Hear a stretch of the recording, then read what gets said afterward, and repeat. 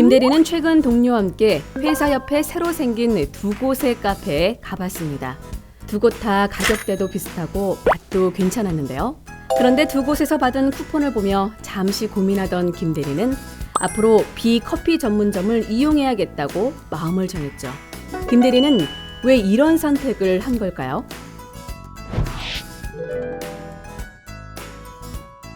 앞서 보신 김대리의 이야기는 콜롬비아 대학교 란 키베츠 교수의 쿠폰 실험을 재구성한 것입니다. 키베츠 교수는 실험에 참가한 두 그룹에게 각각 쿠폰을 나눠주고 공짜 커피를 마실 때까지 걸리는 시간을 확인했는데요. 첫 번째 그룹에게는 10개의 도장을 받으면 무료로 커피 한 잔을 마실 수 있는 쿠폰을 주고, 두 번째 그룹에게는 12번 도장을 받아야 하지만 이미 2개가 찍혀있는 쿠폰을 나누어 주었죠. 결국 두 그룹 모두 10잔을 더 마셔야 도장을 다 채울 수 있는 건데요. 하지만 결과는 달랐습니다. 2개의 도장이 찍혀있는 쿠폰을 받은 그룹이 20%나 더 빨리 도장을 모아왔죠. 왜 그런 걸까요? 먼저 첫 번째 그룹의 쿠폰을 보면 공짜 커피라는 목표에 도달하기 위해 아직 아무것도 해놓은 게 없어 보이는데요.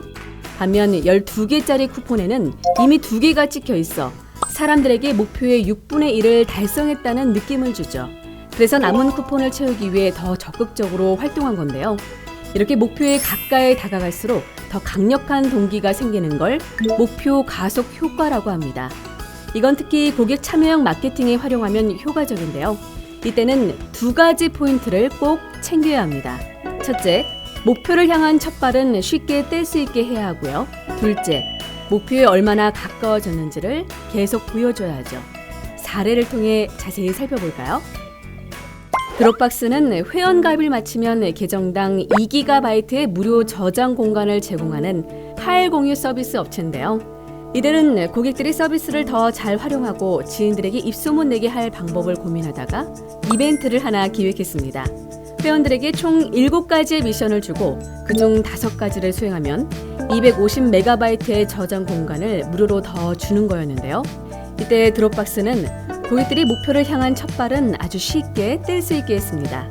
드롭박스에 대한 설명을 읽고 컴퓨터에 프로그램을 설치하는 것만으로도 2가지 미션을 달성할 수 있게 한 건데요. 벌써 미션의 3분의 1 이상을 해결했다는 느낌을 받은 고객들이 더 열심히 이벤트에 참여하게 말이죠. 그리고 목표에 얼마나 가까워졌는지를 고객들에게 계속 보여줬습니다.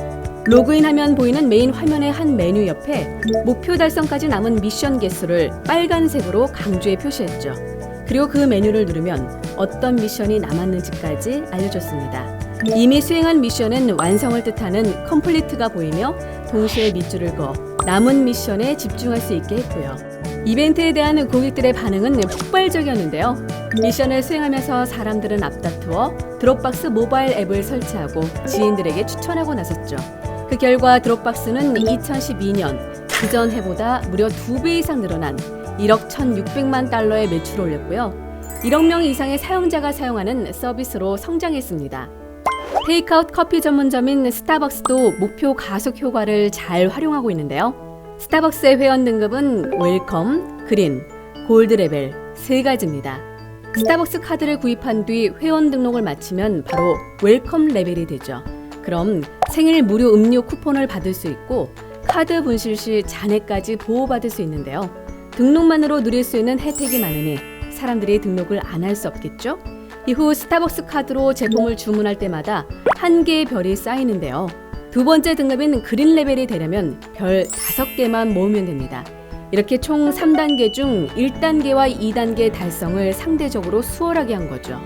그리고 스타벅스는 고객들이 목표까지 얼마나 가까워졌는지를 수시로 확인할 수 있게 해줬는데요. 주문할 때마다 영수증과 스타벅스 카드 앱을 통해 현재 등급과 다음 등급까지 필요한 별의 개수를 확실히 알려주죠. 예를 들어 그린 레벨이 되었을 땐 축하한다는 메시지와 함께 골드 레벨까지 몇 개의 별이 더 필요한지 알려줍니다. 그리고 마침내 골드 레벨이 되면 모두가 탐낼 만한 다양한 혜택을 주는데요. 특히 사람들은 자신의 이름이 새겨진 번쩍이는 골드 카드를 받기 위해 마지막 레벨까지 최선을 다해 별을 모았죠. 결과는 어땠을까요? 사람들은 각종 커뮤니티에 빨리 스타벅스 골드 레벨이 되는 비법까지 공유하며 등급을 올리는데 열을 올리고 있는데요. 나만의 골드카드를 받은 사람들은 이를 자랑하듯 올리고요. 이렇게 팬들이 계속 늘어나는 덕분에 스타벅스는 2014년 매출액 6,171억 원을 달성하며 흔들림 없는 업계 1위 자리를 지키고 있습니다.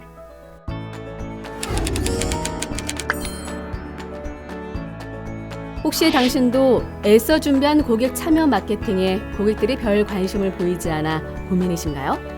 그렇다면 드롭박스와 스타벅스처럼 첫 시작은 가볍게 열고 목표에 점점 다가가고 있음을 계속해서 보여주세요.